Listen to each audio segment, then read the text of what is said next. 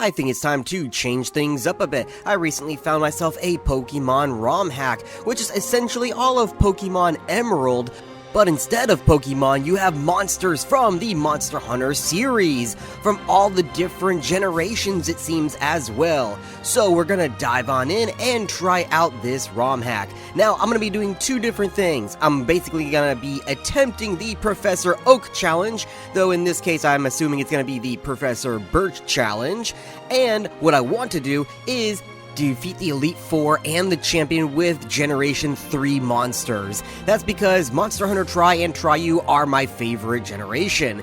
Now then, we go ahead and talk to Birch to get the game started. He shows off his cool-ass Rathian, which gives a little taste of what's to come.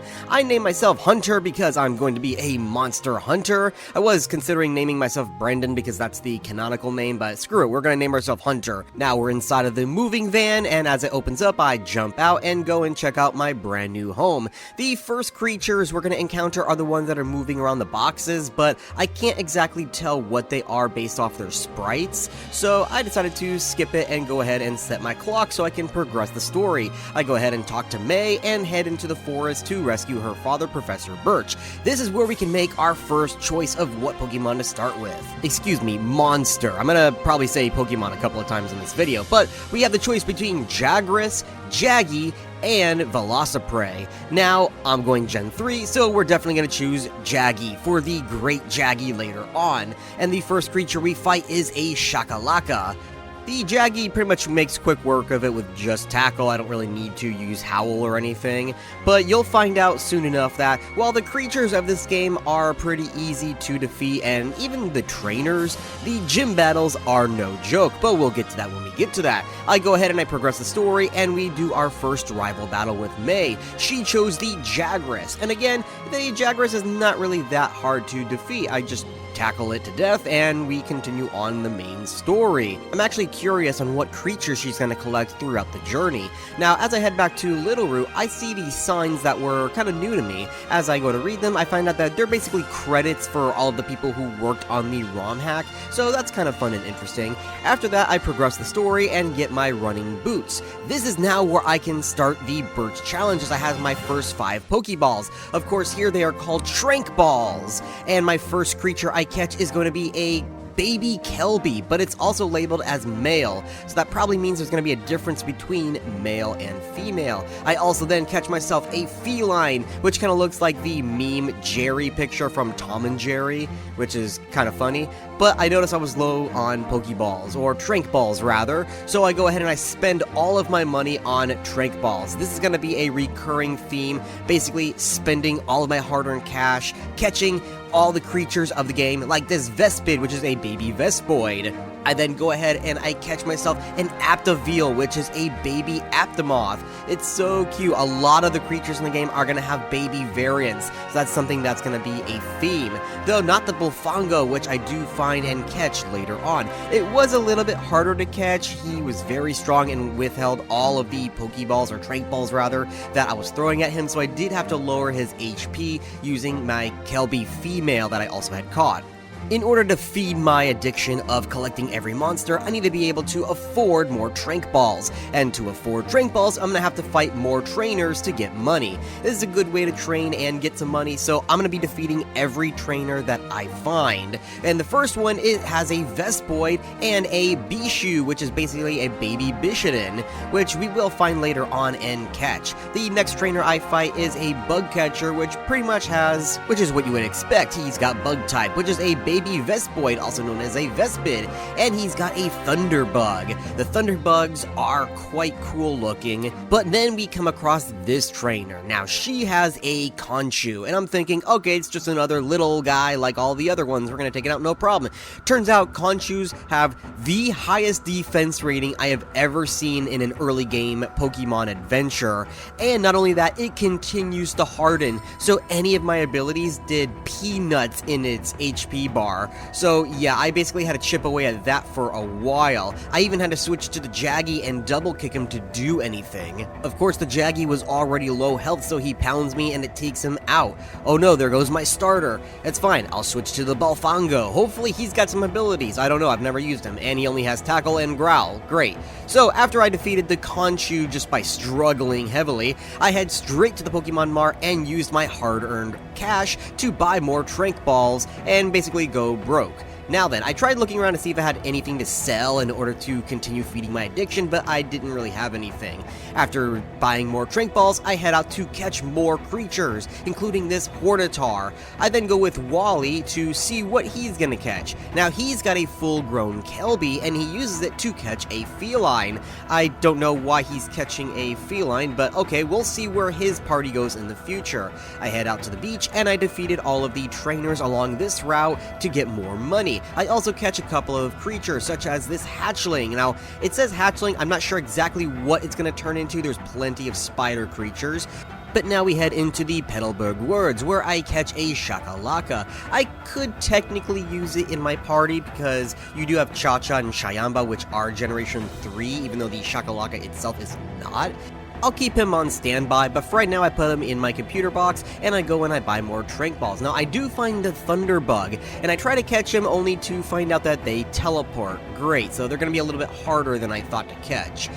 Bishu, which is a baby Bishidin, was the next creature that I managed to catch. It was a little bit tricky and I had to waste a couple of tranks on it, but I do catch it. I then progress the story and fight the first Team Aqua Grunt in order to save the DevCon developer. He was pretty easy to fight. He had a couple of weak creatures such as this Jaggy. Once I took it out, he also sent out a Bullfongo, which I also defeated with my own Jaggy, who then leveled up to level 14. Now, this Emerald version does have level caps, so before the first gym, the level cap is 15, so I'd only be able to level him a little bit more. Then I find this thing, which looks like a green Yama. I'm like, what is a green Yama doing? I then look at the name and realize it's a baby Astalos, and yeah, it does know Thunder moves, so that was pretty interesting to find. I wonder where you find those in the wild, because I am buying more Trank Balls and I need to keep feeding my addiction of catching every creature, which includes this baby Kuropeko. Oh my god, he is so adorable, and he is definitely going to be on my main team because Kuropeko is a Generation 3 monster.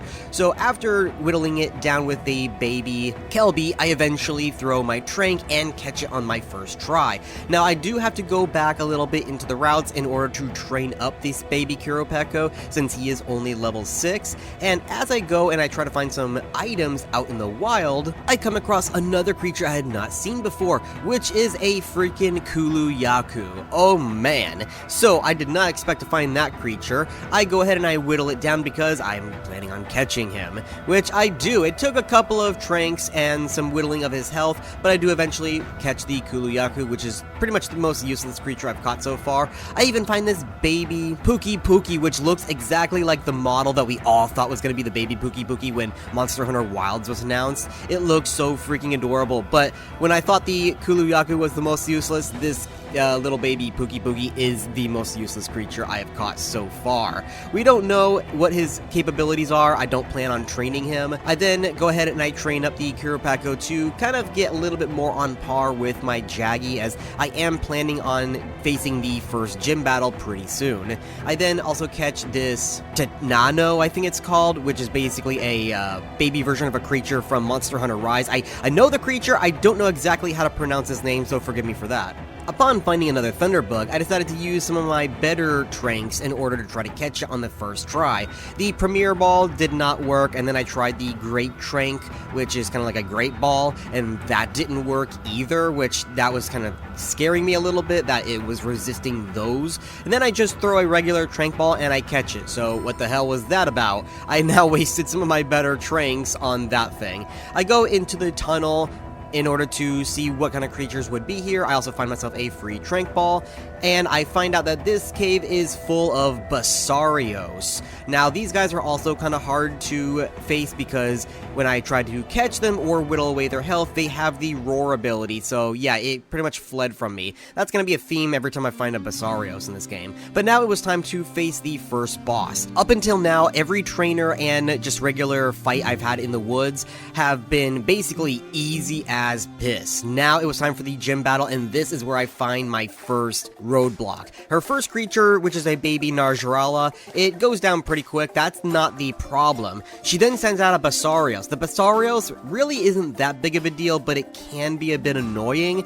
It's her next two creatures that will absolutely roadblock you if you are not prepared. Right now I'm just trying to overpower her with just using double kick a bunch of times, but I find out real quick that that's not going to be the strategy this time around. Her next creature is a Ruby Basarios, which is rock and grass type. That was a major hurdle, but nothing more fierce than her Bear-Off. It took me actually several attempts in order to beat Roxanne, and you're not actually going to see it here. This is still me trying to powerhouse it and hoping to win, but eventually I did have to come up with a strategy, going back and forth using Lick on one of my creatures to paralyze, Supersonic. I had to pull out all of the tricks and stops. I had to switch to the baby Pookie to basically just spam Leer to lower their defense. I did everything I could, and it took at least 5 attempts and pretty much 30 minutes of gameplay of me trying to defeat her. I actually had to leave, go back, and train a little bit before attempting again to face her, but eventually I do take down Roxanne. Right there you see the Ruby Basarios. Again, this is still the footage of me trying to just powerhouse it, which does not work. And then after the Ruby Basarios, you see there is the Bear-Off. So after that first attempt, I go ahead and I try to level up a little bit more, and this is where I find a Jagras in the wild. I go ahead and I capture the Jagras. It takes me a couple of Trank Balls, which wastes a few of them, and that makes me kind of sad because I am getting low on cash, and now I've gotten to the point where I am level capped on a couple of my monsters, and I have defeated pretty much every trainer, so I am low on funds as well. I also find this baby Narjarala, which, by the way, this thing slaps. I'm probably going to use it for a little while until I replace it with a Gen 3 monster, but it already knows Sonic Boom, which absolutely tears through creatures. So I go ahead and I capture that, and for now it's going to be a temporary monster on my team. After that I head back to Roxanne, and after a few more attempts I eventually defeat her. So yeah, be prepared when you fight the gym battles in this game, because even though the trainers are easy, the gym battles are not. I go ahead and then I progress the story. I defeat the second Team Aqua boss, which pretty much has the same creatures as before. I then find this baby Chatacabra, which is a Gen 6 monster. I do, of course, catch it because I plan on catching every creature, and it actually wasn't that hard. Now, I haven't used him just yet, so I don't know what his capabilities are. I go to continue on the story where I find May and her second rival battle. I think this one is optional, but I'm not sure. But of course, she has a freaking Conchu. These things are going to be the bane of my existence, both outside and inside of Monster Hunter. She also has a baby Gypsaros, which is the derpiest thing I have ever seen. After defeating her, I continue on to the Sailor so he can take me to Dewford. By the way, have you ever done this where you sit in front of him to let the seagull catch up and then the seagull chases him instead of the other way around? I loved doing that as a kid. At Dewford, I go ahead and I fight the two trainers that are available to me, who has a Hermitar and a Ceanataur, so that's actually pretty cool. I can't wait to find and catch those, even though I'm not going to be able to use them for my challenge. I then find a Trank Ball, which feeds my addiction. It's basically a free sample. I go ahead into the cave where I catch myself a Remo Bat, which I assume is another baby variant. Then inside of Dewford itself, I find a baby Balahara. Now, I do fail on catching this one because I tried whittling it down, but I ended up killing it by mistake. Oh well. I go into the gym just to face off the trainers in order to get some money and train a little bit. After that, I head back into the cave, but first, look at this baby Saragos. It is so freaking adorable. Look at it! Anyway, now that I've done that, I go ahead and go into the cave where I find a Gigi, which is basically a baby Giganoth. I tried to catch it, but I failed because I used Uproar and I forgot it uses it multiple turns in a row, so that ended up killing him by mistake. I then find a Zoo-Whoa, which is a baby Zoo-Woo from Generation 6. So I go ahead and I do manage to capture it. I'm assuming it's going to be Psychic type, but I don't know. I then find this Rattlebur, which is a baby Rattoban. Oh yeah, I'm definitely catching this one. It's not a Generation 3, but I need it for my addiction. And also, it's a cool-ass creature anyway. I find another Basarios, but he roars and flees from me, so another one that I failed on catching. Now it was time for Brawly. Just like with Roxanne, it's going to take me several attempts to nail his mechanics down, but essentially what I do is I use Q in order to take out his Shakalaka. When he switches to his Nargacuga baby, I switch to the Kelbabi and use the Lich Seed on it in order to heal from him as well as take damage. After that, I swap to Jaggy and just continued to double kick it until it eventually died.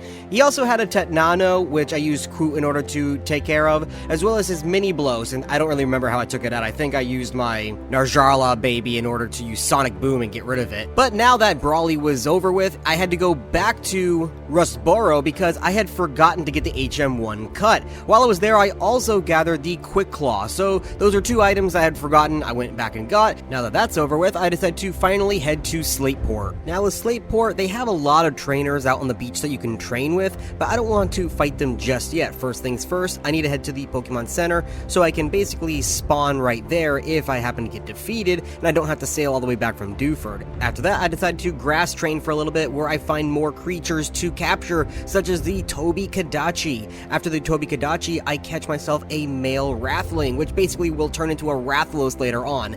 The Rathalos is going to be part of my core setup by the end of the game. That's definitely going to be one that I'm going to keep. Even though Rathalos is a first generation, he is the flagship of the series and he's in every single game. I'm gonna make the exception for him to be on my third generation team. I then catch myself a Arachnoid. I'm not exactly sure what that's supposed to be. Then I catch myself a Durarambling, which is a baby Durarambros. That is definitely a third generation monster, and considering it is grass and ground, definitely gonna use that as part of my core team. While leveling up in the grass, my Jaggy turns into a Great Jaggy. Finally, I think he evolved at about level 20. I also forgot to get the Old Rod, so I headed back to Dewford real quick, got the Old Rod, and then I went to try it out right away. The first creature I found was a Hermitor. I didn't find any Senators, and I did fail, unfortunately, at catching the Hermitor, so I'm gonna have to come back and get it later. I did, however, succeed in catching a Phraseoth, which is a baby Plesioth. Heading back over to Slateport, I decide to go back into the grass before heading off to the trainers,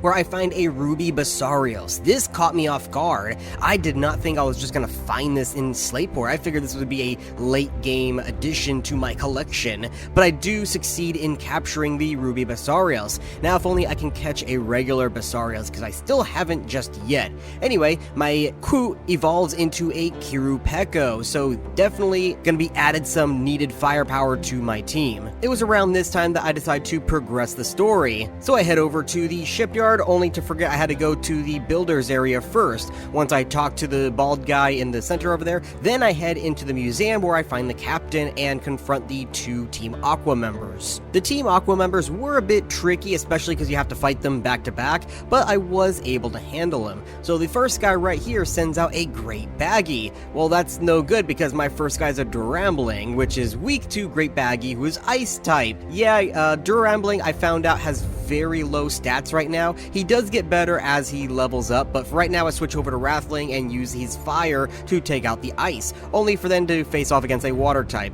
Yeah, after a while I eventually defeated the two Team Aqua members where I confront Archie. Luckily you don't have to fight Archie just now, he just kind of imposes himself. Heading out of the museum, I then come across Scott again. Scott, get the hell out of here, no one likes you. Then Professor Birch comes out of nowhere. I completely forgot about this encounter because I'm not used to seeing him. I'm used to playing more Ruby and Sapphire rather than an Emerald. This is where he gives me his phone number and tells me that he could check my Pokénav anywhere in the world if I give him a call. I don't know why you couldn't just check right now while you were talking to me, so I go ahead and I give him a call to check how I'm doing so far. I do call him and eventually he says that out of the 58 Pokemon I have seen, or monsters rather, I know I'm gonna make this confusion a lot, I have caught 33. That's not too bad considering I'm still in the early game of the playthrough. After going back and beating the trainers on the beach, I head out to the route underneath the cycling road, where I found a trainer who's got this little guy, a little baby Glavenus who looks like a Totodile. He is adorable, and I want him forever. Anyway, now it was time to face off against May. May actually was not that bad this time around. I managed to one-shot her.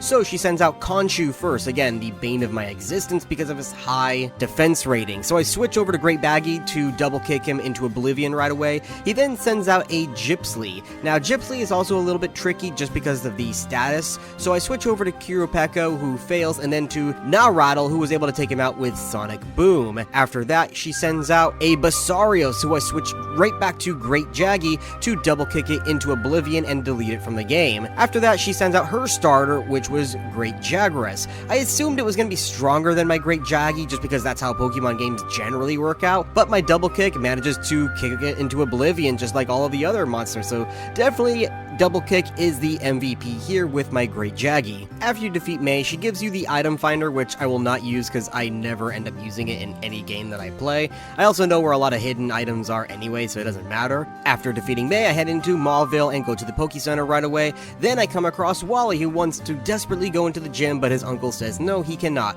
So he wants to prove himself to his uncle by facing against me. This was really easy to fight. He is supposed to be easy in this fight. If you lose to Wally on his first fight against you, I don't know what you're doing, but he sends out his little feline, which I take out really quick, and then he's got some other mons, which I have no idea how he has, especially his final one, which is a baby Deviljho. How he got a baby Deviljho, I don't know, but that means later on in the future, he's probably going to be much harder to defeat than right now. Once you defeat Wally, him and his uncle head back home. Now, after that point, and talking to Scott, who comes to talk to me afterward, I decided to check my Pokédex, because now that I've seen a lot of Mons, but I've not seen them in the wild yet, so it was a good idea to check it out to see where I can find them, especially Barroth and other creatures. Barroth is actually in the route north of me, but I cannot reach it just yet because I need Rock Smash in order to get to it. And then I check out some other creatures along the way, especially where to find the Deviljho. Deviljho is actually a little bit further out in the progression of this game, but you can find them in the wild. At least the baby version that Wally has, which definitely I think we're going to plan on that one being in my core team eventually once I get to him. Now, I headed out to the west. I'm not really planning on doing every single trainer. I do a couple just to kind of clear them out, but really I'm going to save them until after the gym fight because most of my monsters are already level 23 and 24. 24 is the new level cap until I defeat the third gym. So I'm going to be grass training what little I can until I defeat the third gym. And while of course doing this, I do find some creatures that I capture, such as a Velociprey, a Vespoid, and a baby Malfestio. I also finally capture a Basarios in the cave that's just near where Wally lives. So yeah, finally, after 3 or 4 attempts, I catch a Basarios. My Kelby also evolves into a female Kelby, though it's not going to be part of my main team, they're just kind of support for right now. I also catch myself a Chicatrice, which is a baby Hypnocatrice. Now, after all of that, it is time to finally try out against Watson, the third gym leader. He has 4 monsters that really only 2 of them are formidable. The other 2 are kind of easy. He first sends out a Gendrome that you can pretty much take out with anything you have. Then he'll send out a Toby Kadachi. This one's a little bit more tricky, but easily dealt with if you have the right setup. What you really need to look out for is his Ranjanki, which is a baby Rajang. This thing slaps. Not only does it use lightning, but it has Ice Punch as well. And then he has a Bale Giganox. This one is not too bad. You're more worried about the Rajang if anything else. It took me a while of facing off against him, at least 3 or 4 attempts. I even had to go and level up my Rattlebur for a ground type move in order to basically just rush him. Now I did have to avoid the Rajang with the Rattlebur because his Ice Punch would one-shot him, but he was able to take out everything else relatively easy with his Bone Throw. So once I defeated Watson, it was time to move on. I taught Rock Smash to Rattlebur, and I continued on to the Fiery Path. The Fiery Path, as well as this route alone, has tons of creatures that I need to catch, such as this baby Balahara called a Balahala. I also caught a baby Brachydios on the Fiery Path, as well as a Uruktor.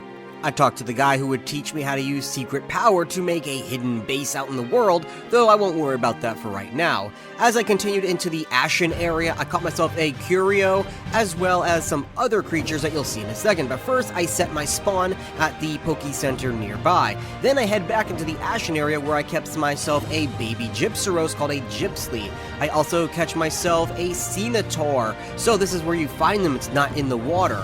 I also caught my own little Sarachick, which is a baby Saragos as you saw earlier. After I did that, I caught one more creature in the Meteor Falls cave, which was a Gigi, or Gigi, or however you pronounce it. After that, I talked to Maxie and his team Aqua Goons. They learned that a meteorite was taken to the Mount Chimney, where a devious plot is happening by Team Magma. So I have to go and join them, but on the way, I catch myself a Barbarian, which is a baby form from a frontier monster. So yes, there are frontier monsters on this server.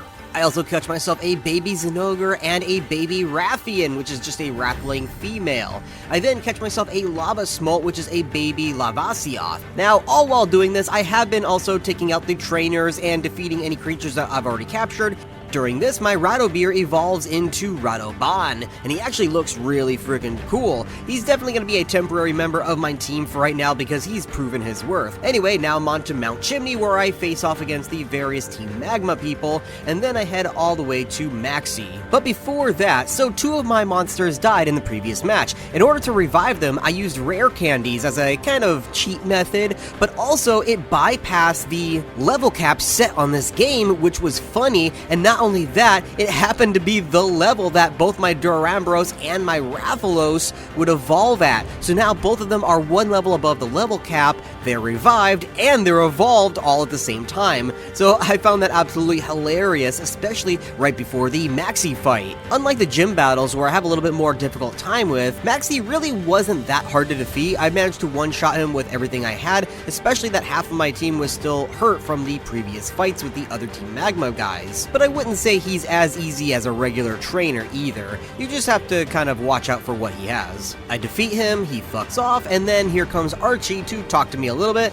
I then turn around and take the meteorite from the device and continue down the volcano where I go into the Ashen Forest and catch some more creatures, including a baby Glavenus, which doesn't he look just like a Totodile? It's actually really funny. But also I found this Magnamalo baby, which I was not successful in catching him this time around. Not only was he immune to a lot of my abilities, at least my weaker abilities, so I wouldn't kill him, but also the one ball that I did throw at him did fail. I then caught a baby Anjanath with my very last ball that I had, so I got lucky on that one. But now that I was out of balls and I was close enough to the next town, I headed to the Pokemon Center to set my spawn. You just know that Lava Ridge Town is definitely a tourist site, just for relaxing in the hot springs and bathing in the smoldering hot sand. It's so relaxing. It was a nice little break from all the adventures I was on. But after that, it was time to head over to the gym and face off against Flannery. Flannery is going to be a little bit more deadly than the previous gym battle because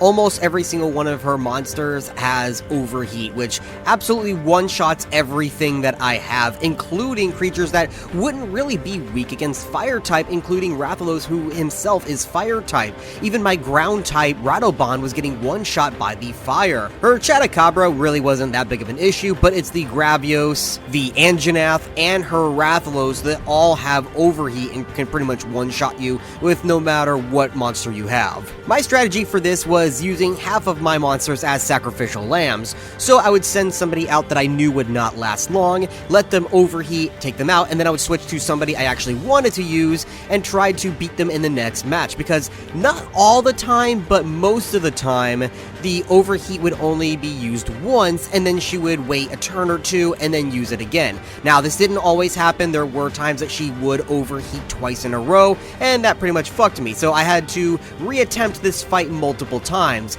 But on the one chance that I was able to get her Rathalos to not use overheat twice in a row, I did finally manage to beat her with my own Rathalos, who was the last monster standing. As of right now, I really couldn't tell you which of these gym battles were the hardest, because all of them so far I've had to reattempt multiple times. Now anyway, I got the Go Goggles and I headed straight into the desert. The Mirage Tower wasn't up right away, but that's fine. I decided to walk around and try to catch some more monsters, including a Baroth. Once I found the Baroth, I lowered it down and oh, wait a minute. I forgot. I'm out of Pokeballs. Okay, I went to go get more Pokeballs, and then I headed back right as the Mirage Tower was about to vanish. Inside the Mirage Tower, I found a second Barroth, which I did successfully capture. Then I headed to the top where I got the fossil. There is only one fossil to choose from, and it's called the Chain Fossil. You have until the next 2 minutes to determine what creature it could possibly be. Now that I've got the fossil, it was time to head back to Rustboro, on the way to my father to fight him in the gym battle, because I'm gonna stop by Rustboro and turn in the fossil to revive it. I also, on the way, caught a Nibblesnarf in the desert, so that was interesting. Nibblesnarf is such a goofy monster. He is Gen 3, but I'm not going to use him on my main team. I also ended up catching a Genedrome as well. That would be the last creature I catch for right now as I travel all the way back to the boat to head back to Rustboro. Now that we're halfway through the game, relatively speaking, I would like to take this time to suggest that you hit the like button and subscribe if you want to see more gameplay, whether it's playing Pokeroms like this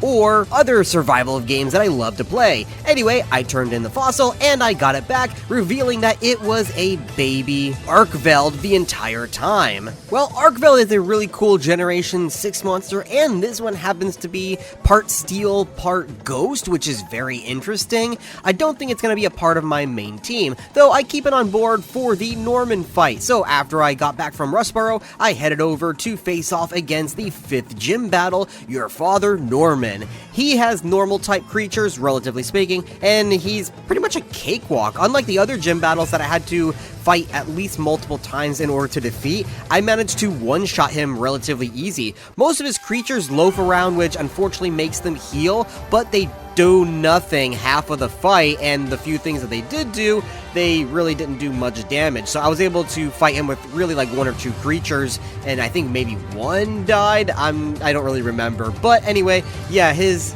Emerald Congalala was probably the most interesting creature that he did have, but again, it did nothing half the time, and I was able to defeat it with some fire abilities. Now that I've defeated Norman, I will be able to learn how to use Surf. And I have to go and get Surf, but luckily it's pretty much given to you after you defeat Norman and head outside the gym. Though I realized that none of my creatures can surf. I even went into the box to look at all the creatures that I had just randomly captured, and none of them knew how to surf. I even had this baby Plesioth who's a literal fish, and he could not learn how to surf. I figured he could because he is a literal fish. I get all the way to the water, go to teach it to him, only to find out that he cannot be taught. So that really disappointed me. I headed back to the PC and I looked through all of my creatures to see what I had that could learn surf. I even tried doing one of the Cenotors, or the Hermitor rather, to see if they could surf, and they couldn't, even though they're a crab of all things. So this was really worrying me that I had nothing that could surf. So after looking through the Pokédex to see what was available to me, I realized the only thing I could do was evolve the Frezioth into a Plesioth. So I got him back out of the PC, I leveled him up to level 20 where he finally evolved into a Plesioth. Now he could finally surf, and I was able to cross the path. During this time, I am going to be looking for some water creatures that I have not found yet in order to capture them, including this Ludroth here. I'm actually surprised I've not seen a Ludroth yet, but I guess they're only found in the water. So I go ahead and I capture him, but what was more surprising was I found a purple Ludroth. Wow, I did not expect to find something like this in the wild. In fact, I have a really strong story about purple Ludroth back in Monster Hunter Try You, but that's a long story and I'm going to save it for another time. In fact, if you want, check out my video of me playing Monster Hunter Wilds as my survival challenge. I have the entire story there. Anyway, after that, I find finally the Lagiacrus that I want. Now, it is a baby Lagiacrus, but I am determined to catch it as it's going to become a part of my core team. Lagiacrus is my all-time favorite monster. He is from my favorite game, and he pretty much resembles a Leviathan or even a Gator. He even looks like a little bit like Feraligatr from Pokemon, which is also my favorite. Come on, I'm a Florida Gator. I've got to give some rep to the Gators and Leviathans of the sea.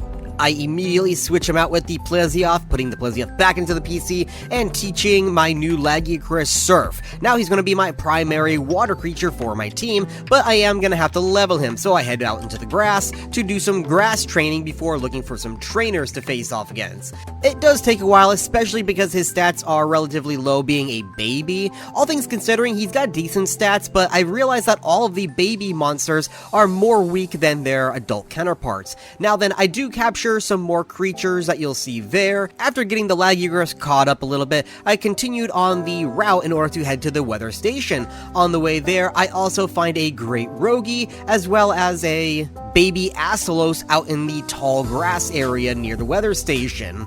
I still don't understand why the baby Astalos looks like a green llama. That's kind of funny. I do find a baby Nargacuga. Now, he is Gen 2, so I'm not going to be able to use him, even though he is a really cool monster. I haven't seen the adult form just yet in the game, but I'm interested to see him. I also find this Celtis, which I'm assuming can turn into a Celtis Queen if it's a female, but this one is a male, so I'm going to have to keep looking for that. I do catch a male Kelby, that way I don't have to level up the one that I already have, and a Thunderbug X, which means I also don't have to level up my regular Thunderbug. Now then, I head into the weather station where I take on Team Aqua and rescue the Weather Institute people there. This is the part of the game where you get the cast form. Now, I don't know what the cast form is gonna be, so this will be exciting to see. He gives me the cast form, and I quickly head downstairs to the PC, only to find out it's a Freezeoth. Okay, I already have a Freezeoth, and out of all of the creatures in Monster Hunter, why does he give me something that you could just catch randomly in the wild with an old rod? Anyway, continuing on, it was time for the next rival battle. This one wasn't too bad, but she did knock me out once, but on the second attempt, I did manage to take her on. It doesn't help that a lot of my creatures were still a little bit weak from the previous battle because I had forgotten to heal them up. Though I did notice that she didn't have her starter with her. Instead, she had a Great Gyros, a Desert Celtis, a Gravios, as well as a purple Gypsaros. So I wonder what happened to her Ludroth, or was it a Ludroth that she had? No, it was a Jagras, that's what it was. So yeah, I don't know what happened to the Jagras, but anyway, I take on her other creatures. Her Gravios did have Overheat, which scared me, but it didn't one-shot me like Flannery's creatures did. Her Gypsaros was actually pretty easy. I assumed it to be the hardest of the four that she had, but my ground type was able to take it on because Gypsaros is considered a poison type. I do level up a little bit more. I believe 35 is the next level cap, so I have to get all of my creatures up that far. I head over to Fortree City and I set my spawn point before heading on to get the DevCon scope. Getting the DevCon scope is going to be exciting because I wonder what the Cleon or whatever the fuck the chameleon guys are called are going to be in this version of the game. So I go ahead and I talk to Steven, he gives me the scope, and I go and I check out to see what the invisible creature could possibly be.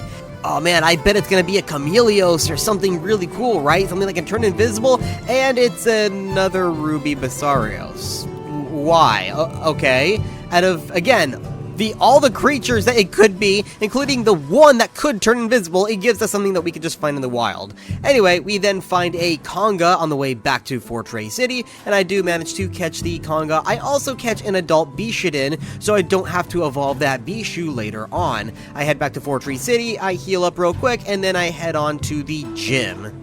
You know what's funny is, out of all of the people that I've seen play the third generation of games, almost every single one of them always state how they always had a hard time doing these little peg puzzles in the middle of the Fortree City gym. I never had a problem with these puzzles. Sometimes it takes me a second, but I always figure it out within like a couple of seconds on how to pass it. It's really not that hard. Now, after defeating the few trainers on the way to Winona, I finally get to her. She's got 6 full Pokemon, including a Malfestio, a Saragos, Astalos, Hypnocatrice, Vespoid Queen, and Zerathalos.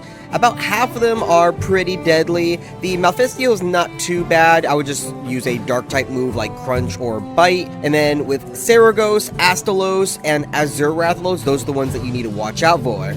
Vespoid Coin is not that hard to defeat, however, you do have to be mindful that it does know Water Pulse, so Fire-type moves would not work, Flying-type moves should be completely fine. Hypnocatrice is, again, pretty easy, but it does know a lot of abilities that will put you to sleep.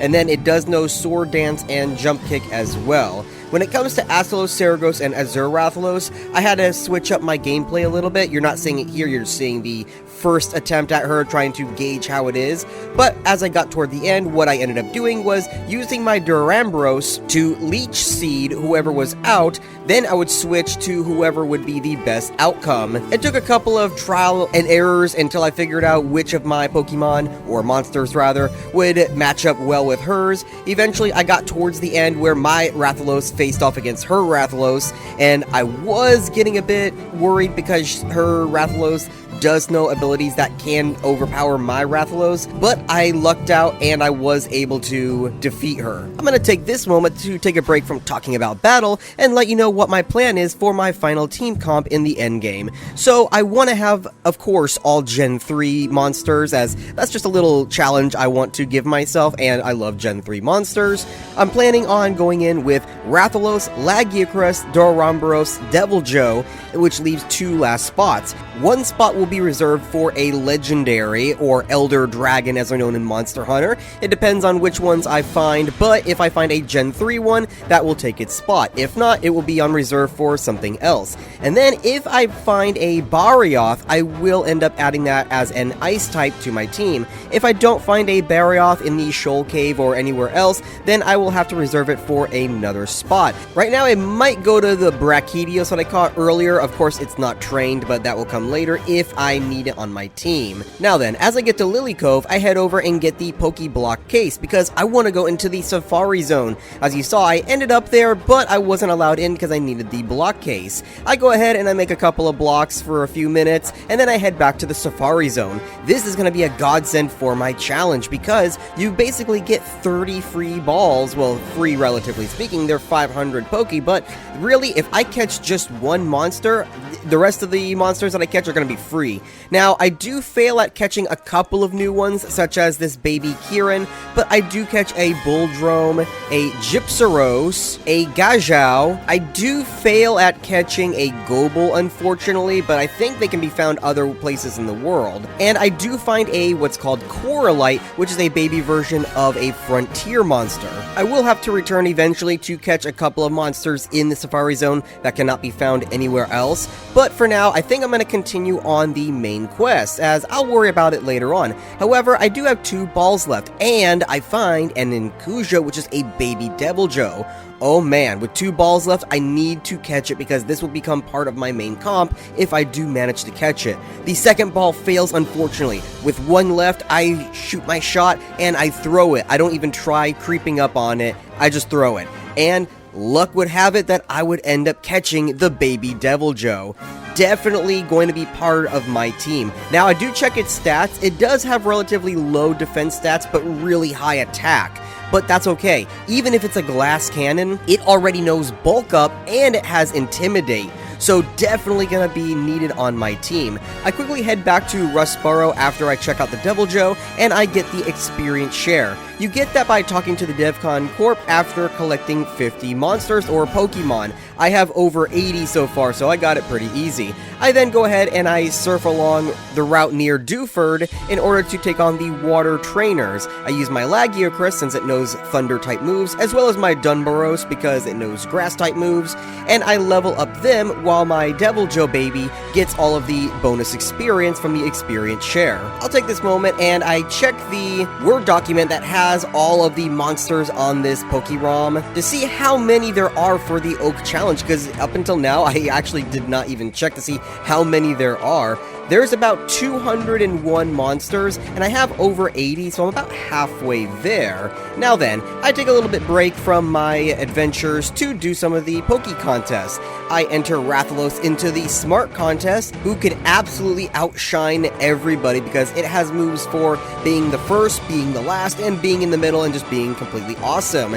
It won out against everyone. What I found funny is that some of the other contesters are just regular Pokemon, and some of them are monsters, so that's actually pretty funny. I then enter my Radoban into the tough competition, and just like Rathalos, it's got abilities for being in the front, being behind, and being in the middle, so I was able to outshine and even sabotage everyone else, and he came out on top fairly easy in the tough contest. Now, I'm not going to really be able to do much more in the contest unless I feed them Pokeblocks, and I don't really want to take the time to do that and go farm berries, so now it was time to continue on my quest. I head over to find May over by the mall, and now it's time for our next rival match. Her Dodogama isn't really that big of a deal, you can take it out pretty easy.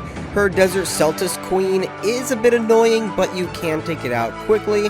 What is her, I would say, the most annoying monster that she has is her Black Gravios. Not only does he look creepy as hell, but he's an absolute unit, and he will take you down. She also has a Luna Garon. Again, not too difficult. I did try to fight it with my Incujo, but he's a little bit too little to fight it just yet, so I swapped over to my Radobon and I took out Luna Garon in one hit. I will mention that the level cap as of right now is level 45, but even though that's 10 levels higher than the last level cap, unlike the other caps that I've had, it isn't really that bad considering not only did we have to fight through a couple of different routes in order to even get to May in Lily Cove, but now we have to do all of the Team Magma and Team Aqua stuff. I go ahead and I head to the Mount Pyre, I get a couple of hidden items, as well as catch some monsters that I haven't yet seen before, such as a Dog Garon, which is a baby Odogaron. I also catch a Luna Pup, which is a Luna Garon baby. After the Luna Pup, I then find a Gosling, which I also capture, which is a baby Goshorog. I also, interestingly enough, find a baby Gammoth here, which I would not expect one to be here. I would expect something like this to be in the Shoal Cave,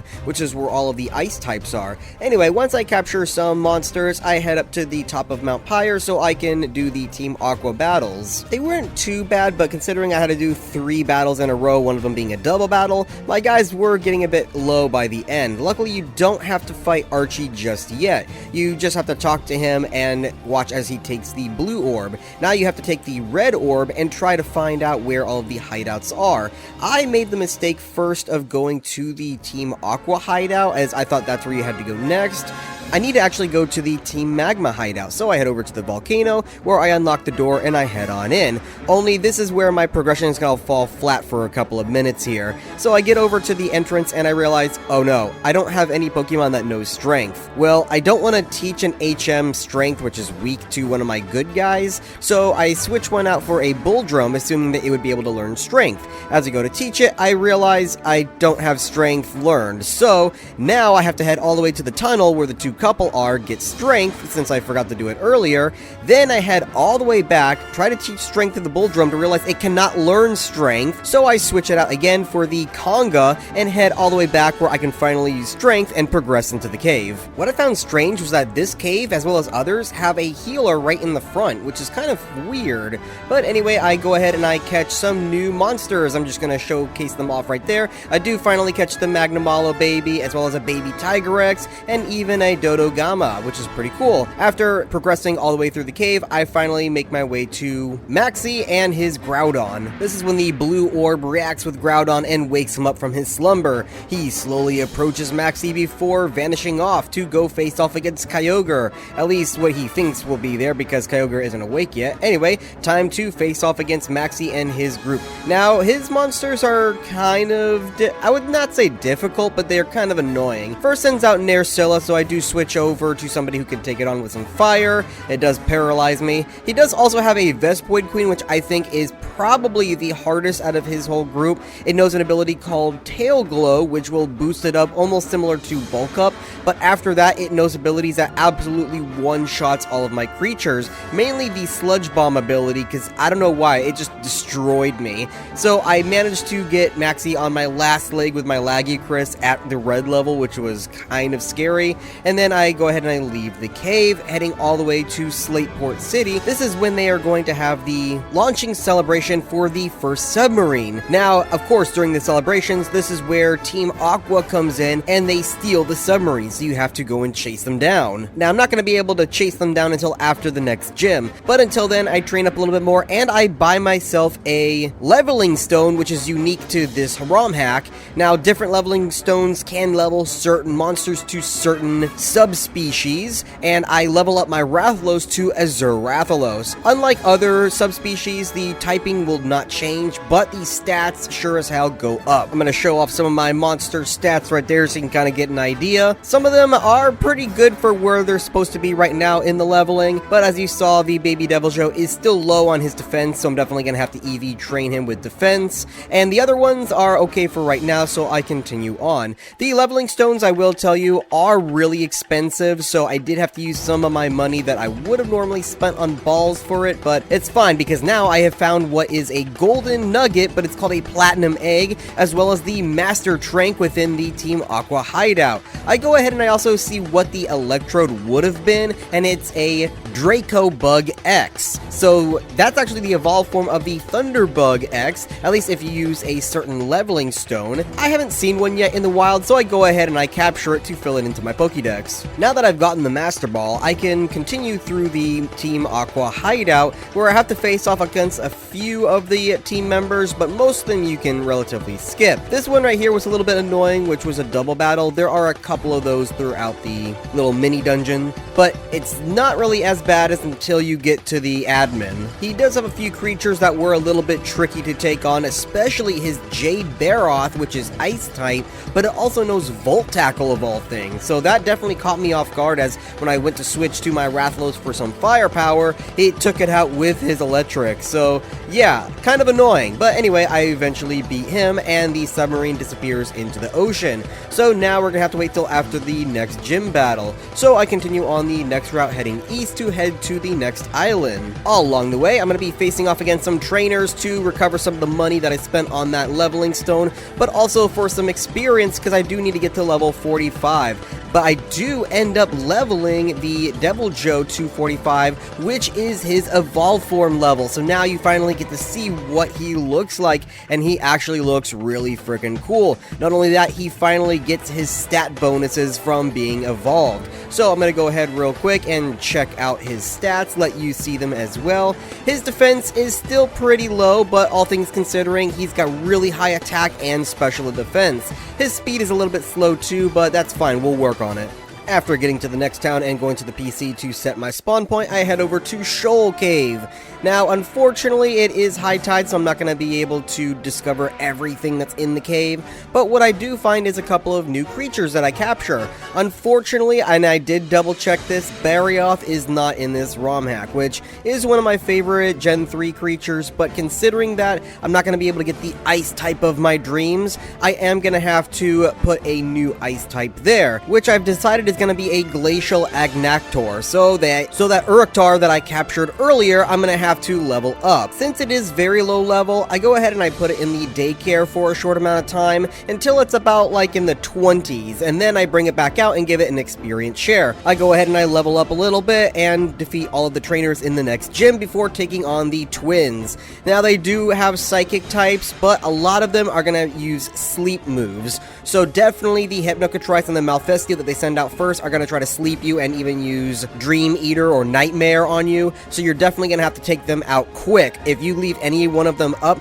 they're going to keep constantly sleeping your monsters and you're going to have a bad time. After you get rid of the first two, the rest of the monsters are not too bad. I would say the one you would have to watch out for is the Barlagual, but the Somnicanth and the other creatures like the Crimson Kirapeko, you can take out relatively easy. It did take me a couple of attempts in order to get her mechanics down, but once I did get them, I was able to finish up with Rathalos, taking out the Somnicanth with some fire, because it is the subtype, so it is ice. After that, I head over to the store and I sell some of the items that I no longer want in order to get some more money. This is where I spend pretty much almost all of it on a bunch of Ultra Balls, as well as some other things such as a leveling stone. Now the leveling stones you can get in the regular marts. You'll see that there's a second vendor there. Those are the ones that sell the leveling stones, and they are really expensive, as I said before. So since I got some needed cash in from selling as well as defeating a couple of gym battles, battles, I use it to level up my Lagicrus into an Ivory Lagicrus. But we're not done yet with Moss Deep City, because now I have to head to the space station in order to defeat a couple of Team Magma people. Of course, the first one that I fight has a full-grown Rajang, so that was pretty annoying.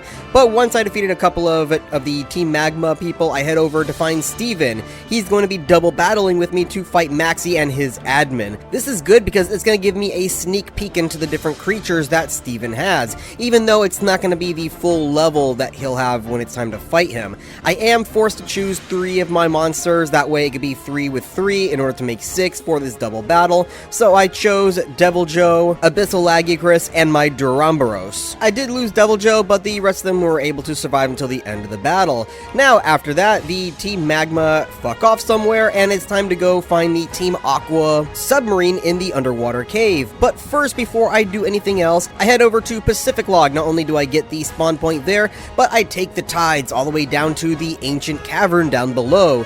This is where you're going to unlock the Reggies. Now, luckily, because Relicanth and Wailord are not in this version, you do not need them or any other creature. All you have to do is use Dig at the wall, and it will open up for you automatically. At this point in time, I don't know what the Reggies are going to be in terms of monsters, so finding out is going to be exciting. I'm assuming it's going to be an Elder Dragon or some sort of legendary, and if it is a Gen 3, it will be priority for my team comp. So I go ahead to the desert one first. I use Rock Smash at 2 left, 2 down, and I go into where Regirock would be. I save the game just in case I fail at catching whatever this creature is, and I initiate the battle. Roll as we find out what it is, and it is a Guardian Arkveld.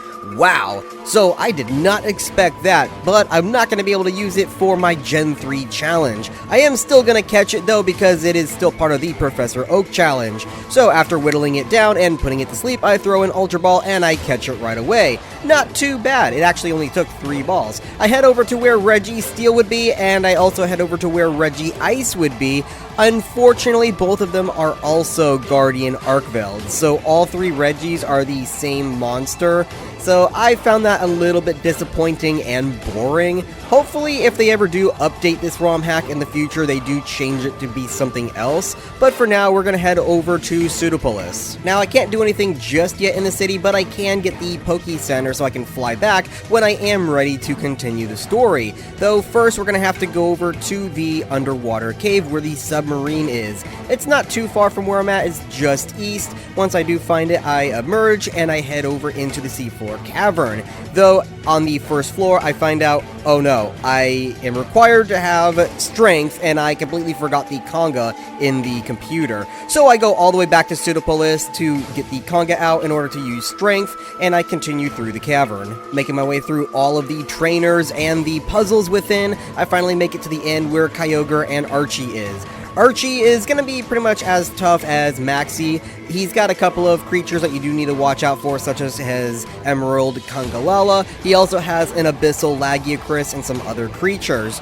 Though I was able to take him out relatively quickly using my Devil Joe and my Ivory Lagicrus against his Abyssal Lagicrus. After you defeat him, this is the part of the story where the red orb will react to the Kyogre, waking him up, and he will also head over to Pseudopolis where Groudon is. So good thing I already have the flight path, because then I could just fly right over instead of swimming all the way as you normally would have in the game if I had not done there first. Now once Kyogre wakes up and he fucks off, we get a call from other members of the Team Aqua saying stuff is happening on the surface. So both you and Archie head up to the surface to see that the weather is completely out of control.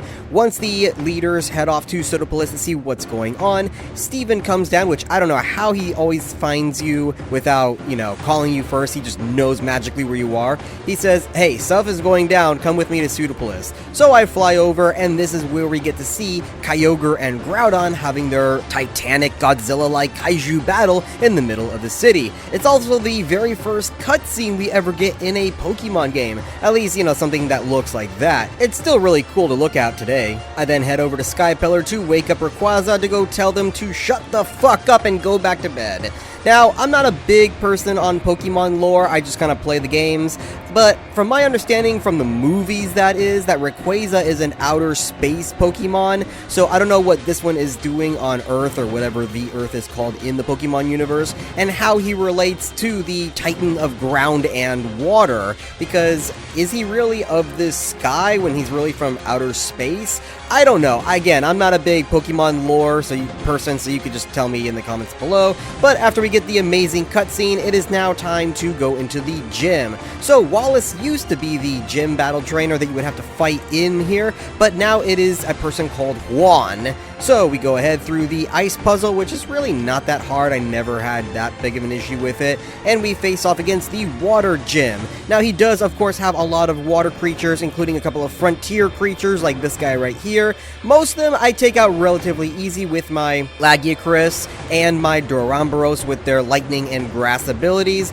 The only creature I would say you have to watch out for is the Celtis Queen, maybe, and his Abyssal Lagiacrus, but the Abyssal Lagiacrus I pretty much one-shot with the Duramboros with his Wood Hammer ability. His Wood Hammer ability does take recoil, so I do have to watch out for that, but I had enough health that it didn't really bother me. But damn, that is all 8 gyms now finally complete. We are so close to beating the game, at least, you know, one part of this challenge, because this is a 2-challenge part. There you go right there, all of the gym badges, how much money, and what the Pokédex is at right now. I'm essentially halfway through. Don't look at the hours played because I did use a lot of fast forwarding, so it's not accurate. But now, because I had just remembered that you're not going to be able to get Kyogre or Groudon or whatever the equivalent is in this version before the Elite Four, I am going to have to backtrack on that legendary slot that I was saving, and I'm going to have to replace it with something else. So, I decided instead of a legendary creature, I'm going to be using a Stygian Zinogre as a dragon type. This is also going to be the part of the game where I'm going to be doing a lot of EV training, as well as grinding up some money to get a lot of the leveling stones that you saw earlier that are really expensive, especially that level 5 one that I need for my Lagiacrus, which is $15,000. So I go around and I train against a lot of the trainers that I had missed. I go ahead and I do the Trick House just for the fun of it because I hadn't done it yet. So after finishing the Trick House and of course defeating all of the trainers within for even more money with the amulet coin that I had gotten from my mom earlier in the game, I also capture some more creatures in Victory Road, as you probably saw earlier in the cutscenes. I level up the Zinogre, and once I do, I go ahead and I purchase these stones right away to level it up to a Stygian Zinogre. I also level up my Lagiacrus to become a Abyssal Lagiacrus, and my Azure Rathalos is going to become a Silver Rathalos. Now for the EV training, I do have the Macho Brace, which you get from the family just north of Mauville, and I go and I train against some Basarios, which award a lot of defense EVs. With the Macho Brace, it doubles, so I basically get a ton of levels in defense just by grinding maybe like 20 or 40 Basarios. After that, I also head to another area where I killed Curios that would give health and attack from other creatures as well. So I head on into Victory Road to train up a little bit more, where I catch myself a Brachydios. I do fail at catching Gormagala. I then backtrack a little bit and I catch myself a Gobel, and I evolve my Agnator to a Glacial. Now that I have everyone evolved up, I really just need money to buy supplies in order to heal myself during the Elite Four campaign. So I head over to Meteor Falls, where there's a lot of battles there, but also some items as well as a free level 3 leveling stone, which I'll need later. So I go ahead and I battle everyone that I can there, I grab what items I can, and I do a few more fights throughout the area, but soon enough it was eventually time to take on Victory Road and the Elite Four. Here's my team setup now that I've got everything ready. I'm just gonna go through the stat sheet of everyone that I have right now. Not everyone is leveled up. The Agnator is still a few levels behind, but it's okay. We're probably gonna get those last few levels in Victory Road regardless. So now that everything is set up, I've EV trained, I've leveled up everybody fully, and I've evolved everyone fully. It was now time to go through Victory Road. Now, here is something that was different. I don't know if this is a change in the mod or if it's a change for Emerald, but Wally's battle is at the start. I could have sworn he was at the end, and toward the exit. Either way, we're gonna have to take him on now. His fight is really not that bad. I managed to pretty much one-shot him. He does still have his feline, which his feline is probably the easiest creature he has. He does also have a Rajang and a King Shakalaka. Again, I pretty much one-shot them with all of my creatures, and because you're close enough to the beginning of the victory road, you can just leave and heal real quick before taking on the rest of the cave, which is what I do. I also have to go back and I put in my Agnactor to pull back out my Congalala because I forgot I need strength during this match. You also need Rock Smash, but luckily one of my creatures already has Rock Smash. You might also want Flash, but I didn't need Flash to get through the cave. I also did finally catch a Gormagala exiting out of the cave. Now that I'm out of Victory Road, I head on in and heal right away to save my spawn point. With all of the money that I've collected from the battles I've done in Victory Road and in other areas, I go ahead and I buy as much Revive and Hyper Potions as I can. Of course, they're called Max Potions and something else, I forgot what the Revive is called. Now it was time to finally take on the Elite Four. This will be the final stretch of at least the Generation 3 challenge, because after this we're still going to have to catch everything for the Professor Oak challenge. But first we face up Sydney. Now, luckily the Elite Four wasn't as bad as I thought it would be, especially Sydney. I had pretty much Pokemon, or monsters rather, that could beat him in any lineup. First he sends out a Viper Tobikadachi, which is poisonous type, so an Earthquake took care of him. I then took care of the Global with Lightning from the Lagiacrus, and his Odogaron, which is Fire type, died to Surf. He then sends out an Anjanath, which I also used Surf to pretty much one-shot. I wasn't letting him get any abilities off. Now, his Gormagala was a little bit tricky. I did take some damage, my Duramboros went down, and my Deviljho's what took him out, and then finally I wrapped up with my Lagiacrus. Next up, it's going to be Phoebe, and what you're going to notice is that a lot of these Elite Four people have Elder Dragons that you're gonna have to face off against. She sends out a freaking Arcveld as her first monster. After Leech Seeding with my Duramboros, I switch over to the Deviljho, which takes out the Arcveld. She then sends out a Nargacuga, which I take out. She also has a white Monoplos that the Lagiacrus surfs, and then her final creature after the Magmalo was a Chaotic Gormagala. Man, that one was actually pretty hard to take on. I tried using my Stygian Zinogre with his dragon abilities, but he was taken out pretty quick by the Gormagala, so I had to switch over to Lagiacrus, who was able to take him out with his Surf and Discharge abilities. Oh yeah, something else. Because my Rathalos has the coin case or coin amulet or amulet coin or whatever it's called, I'm getting double the amount of money from these victory battles, so she gives me almost 11,000 Poke right there. It's actually crazy. Next thing up is going to be the Ice Battle. So, she does have a lot of creatures that are Ice type, but not all of them. She was a little bit more tricky, but that's okay. That's pretty much why I have a bunch of Revives and Hyper Potions on me to heal myself back up between each battle. Now, I did goof and not put who I wanted to at the start, so I quickly switched over to Zinogre, who I used as a sacrificial lamb before switching over to Rathalos to use fire abilities. Of course, the fire ability didn't quite take out Gammoth, so I resorted to using Fly and Overheat in order to take it out. Now, since Rathalos was low health, I switched over to Deviljho because he does have a fire ability, and because she sends out Gos Harag, I'm assuming it's going to be Ice type because that's pretty much what I would think it would be from Monster Hunter Rise. So I go ahead and I use Fire Lash, which does take it out. I did have to use Bulk Up in order to give myself a little bit of a bonus. I then used these same abilities on her Glacial Agnactor, but it didn't quite get it as low as I wanted it to. So I used my next ability to use a Hyper Potion on my Rathalos. Of course, using Fire Lash again eventually did take out the Agnactor. She then sends out another creature that I wasn't too familiar from the name, but when she sent it out, I was like, oh, wait a minute, it's the Frontier guy. No problem. I send out the Rathalos, use Flamethrower, and I take it out. She then sends out a Kieran,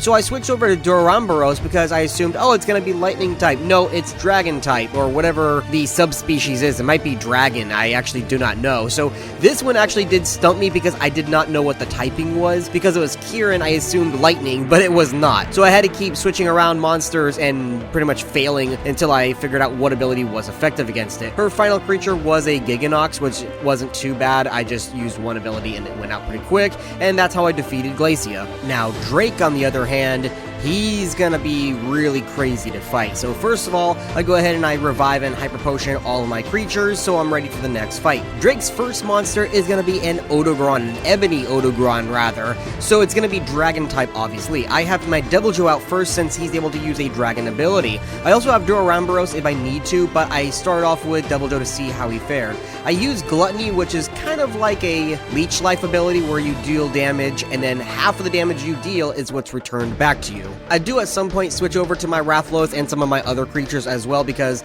the Deviljho was getting a bit low and his Stygian Zinogre, I thought it would be fun to send up my Stygian Zinogre. Of course he cheats and uses a Hyper Potion, so my Stygian goes out first. That's fine. I switch out to my Lagiacrus and I used Discharge, but it didn't quite work, so I used Surf and it took out his Stygian, though his next creature is what's really gonna hurt. He sends out a freaking Shigaru Magala, so I switch over to the Duramboros thinking I can use Leech Life to help out with my other creatures as I fight him. I didn't even get off the Leech Life, he one-shotted the Duramboros. I switched over to my Rathalos, but he gets absolutely one-shotted too. My Deviljho, I try to use Gluttony, and it does heal me up just enough that I was able to use a Hyper Potion, survive one more round, and then I took out his Shigaru Magala. It was coming in close. It got so bad that I was having to pull clutch and try to keep my Deviljho alive as much as possible in order to take on his Deviljho that he sends out. His final creature was a freaking Elatrian. This dude has so many Elder Dragons as his creatures. I literally had to keep using revives and hyper potions between my moves in order to keep somebody up because he just kept wiping the floor with every creature that I had. Finally, this was my last Hail Mary. I used a revive and a hyper potion on my Deviljho, and I used that to fight against the Elatrian as my final creature. I used my Gluttony ability, which is Dragon type, which deal a lot of damage to Elatrian. He almost takes me out there, but I was just fast enough to give the final ability off, which takes out his Elatrian. I came in with my ass clenched, and I managed to finally beat Drake. Now, what's funny is I'm completely used to Steven being the champion of the Elite Four. I completely forgot that Wallace was the champion in Emerald version. Again, I played Emerald version a lot, but not as much as Ruby or Sapphire, so it actually surprised me. I'm like, oh, wait a minute, it's Wallace. I don't know, I'm Team Steven over Team Wallace. Anyway, his first creature he sends out is a Mitsune, so I'm gonna send out my Deviljho for whatever reason. I completely forgot that he's got water type. I didn't realize it, so I send Deviljho out, and I just do what I can, but he was not doing that well against Mitsune. Luckily, I did get a lucky hit off him, which did take it out, but his next creature is gonna be the Lucent Nargacuga, which is definitely gonna stump me because I actually do not know what type Nargacuga is. I assume it's flying type, so I switch over to the Lagiacrus, trying to use Discharge to see if it did anything, and luckily it did a lot of damage. Of course, he uses a Ancient Potion to try to fend off for himself, but another Discharge took him out. His next creature was going to be a Molten Tigrex, which I assumed was going to be fire type, so I used Surf in it, took it out in one hit. He didn't even get anything off, so that was pretty lucky. He also has an Abyssal Lagiacrus. Now, I thought, oh, it would be funny to send out my Abyssal Lagiacrus against him, but no, I switched over to the Duramboros, hoping that his lightning abilities would not affect Duramboros, but it didn't. It took him out. I used my Lagiacrus to take out the Nargacuga, and then he sends out a Gold Rathian. At this point, I am trying to revive most of my creatures and use Hyper Potions just in case, but I do take out the Gold Rathian. His final creature was a Silver Rathalos, so I send out mine, thinking it'd be funny to send it out, only he died pretty quick. So I send out my Zinogre as a sacrificial lamb while I use revives and Hyper Potions to try to get up as many people as I can, including my Lagiacrus, because that's who I'm pretty much going to bank on defeating this final creature. So I switch over to Lagiacrus, where I use Surf, and the Surf manages to take out his Rathalos. There we go, I defeated Wallace, the champion of Emerald version. Now I can call myself a champion and have stated that I have beaten the story mode of the game. Of course, this is not the end of my journey. I still need to complete the Pokédex. So here's the plan. Now that I've defeated pretty much the entire story mode with Generation 3 creatures, it is time to make a game plan. Now, I already had a game plan, but I didn't really let you in on it for the Professor Oak challenge. What I basically did was I captured as many creatures as I could during the story mode, but now it was time to see what I have left. A lot of the creatures that I've already captured can still level, which will give me already most of what I am missing. After that, it's time to catch whatever I still don't have and whatever I cannot get just from level leveling up or catching, we're gonna have to figure that out at the end. Alright, for the rest of the video, I am gonna sound a little bit different. That's because I've been editing this as I go, and I just finished the game, so I'm editing the last little bit of this video. Now, what I'm gonna do is, while you watch the gameplay in the background of me kind of finishing the Pokédex, I'm going to, 1, explain my method for how I finish it, and 2, I'm gonna give you my overall review and thoughts of this ROM hack. That way, you know, I can mix it up a little bit and not just say, oh, and then I leveled up this guy, then I evolved this guy, you know, so you could watch it in the background while I explain. So at first, I was very overwhelmed just by the amount of monsters that I would have to level or catch and so on. So I kind of was all over the place, and it kind of burnt me out at first, so I stopped playing for maybe a month or so.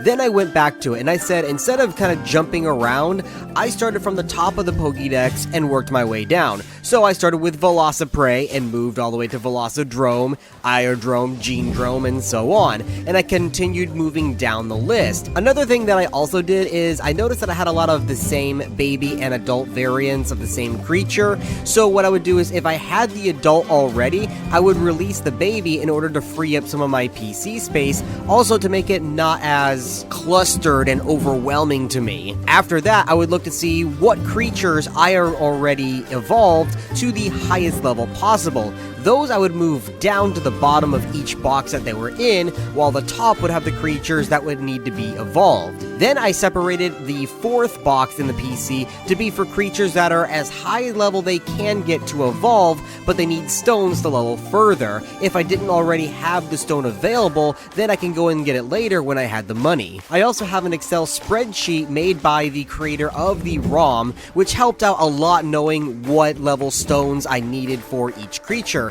Now, the leveling stones are very, very expensive.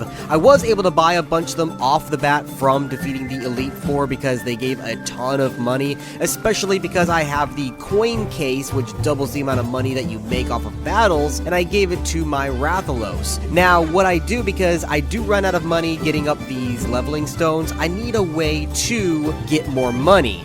So at first I was just kind of rebattling trainers. I did go and I beat the Elite Four and the Champion one more time, which gave me a boost, but I needed something that was a little bit faster and more reliable. That led me to rebattling the Interviewers. So they spawn in 3 different areas and they kind of cycle between all 3. I basically just ran between all 3, rebattling them over and over and over again, and with having the coin case, it made it so at the top of their level, because each time you fight them, they get increasingly more difficult up until level 39. Once they are there, the maximum they would give me is, I believe it was 7,600 and change. So I just kept rebattling them. Each one was basically a level 3 stone, and then 2 battles would get me a level 5 stone. So I did have to rebattle them probably like 20 times to get the amount of items that I needed. In terms of evolving the creatures that didn't need stones and just needed levels, what I would do is there was a patch of grass just outside of Victory Road that would have level 75 felines, and that's all that would spawn. Now, those are there specifically for grinding up and farming, so I went ahead and I pretty much ground them up while having the lower level monsters have the experience share. But now let's take a break from evolving and leveling up creatures that we already have, and let's go for the legendaries. The first one that the Weather Institute tells me about is the Drought. So I head over to the route that it's indicated, and sure enough, there's the Drought, and I look around until I can find a cave that I know is not there normally. That's where I find Terra Cave. Now, this is in Emerald version where you would find Groudon. So I go ahead and I approach, and you see the Groudon model, and what monster could it be? Let's find out. It is a Latrian from Monster Hunter Tri. Man, that would have been the creature I took with me into the Elite Four if I had gone with my original plan of taking a legendary with me. But, you know, the legendaries were not available until after you defeated the Elite Four. So now's the time to catch them. So we're gonna go for a Latrian first. Now, it did take me several attempts. I did save before triggering the fight, and I do eventually catch him by using an Ultra Ball. So Yeah, Eladrian isn't too bad. I did have to whittle down his health and then use sleeping gas in order to knock him out, and eventually I caught him. It took maybe like 4 attempts. The next legendary, I will say that it didn't take me nearly as long, but we're gonna go ahead and see what the second legendary of the game is. Though, on that note, while walking to where the Kyogre cave would be,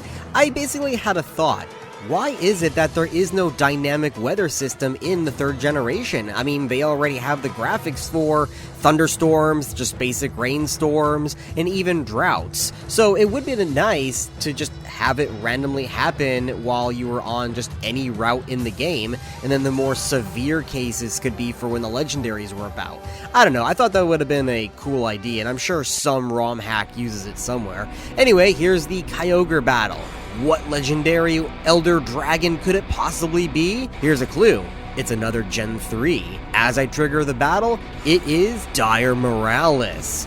Wow, another Gen 3 creature. Man, I would have lucked the hell out if I was going to go with my original plan, but if I had to choose between Dire Moralis and Eladrian, I probably would have chosen Eladrian.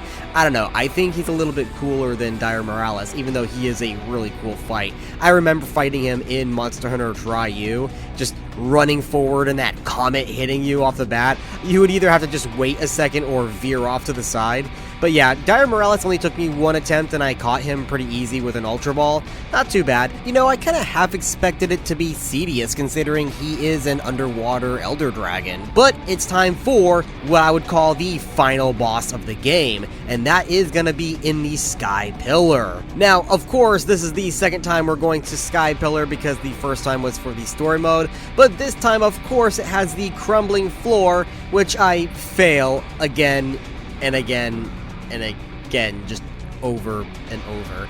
I used to do this no problem as a kid. Why am I struggling now to do this? This is the most infuriating part. It really makes you work for whatever this final boss is going to be, which, you know, it's normally Rayquaza, but we're gonna find out what it is here. And I already have a hunch, considering he's the box art creature of this game. So I go ahead and I approach Rayquaza, I trigger the fight, and I have no need of saving because this is what I saved the Master Ball for. Fatalis. He is the final creature of the game, at least for the story mode or just capturing legendaries, because I still have to finish out the Pokédex. But anyway, yeah, nothing needed. I go ahead and I use the Master Ball, and that's it. I now have every single legendary. So now, what do I think about this ROM hack? I think this is pretty much one of my favorites. Now, I know it's pretty much a carbon copy of Pokémon Emerald, just with Monster Hunter creatures rather than Pokemon. And then there's another one that I play that I'm also making a video about that is completely custom. It literally just uses the mechanics, but everything, even the world, is custom.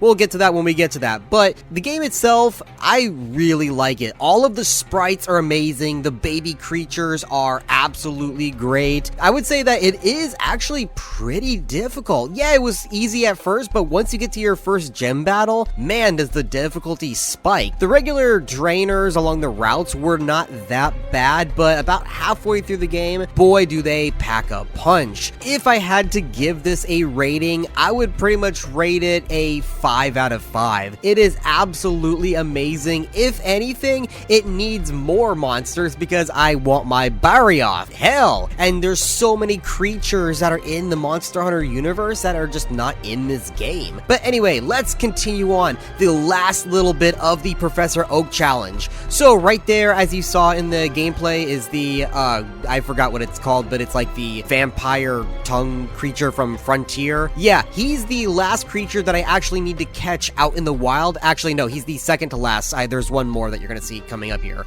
So I head over to Dewford and I went into the cave and I caught one really quick. Once I caught him, I went ahead and I evolved a few more creatures, including my Arcven, which goes into an Arcveld, which is different than the Guardian Arcveld, which is the replacement for the Regis. Now, there's very few creatures left. I have to use a lot of my leveling stones in order to evolve the creatures that I had set into that fourth box that I told you about earlier, that I set them to the side until I had enough money. After grinding up more money from the the interviewers, I was able to purchase all of them. Eventually, I only had 4 more creatures. I needed a baby Kirin, called the Ponirin, I guess, and then I had Kirin, the subspecies of Kirin, and I needed Chaotic Gormagala. Now, the baby Kirin I needed to focus on, so I went to see where I could tame him. Now, he could be found either in the Sky Pillar or in the Safari Zone.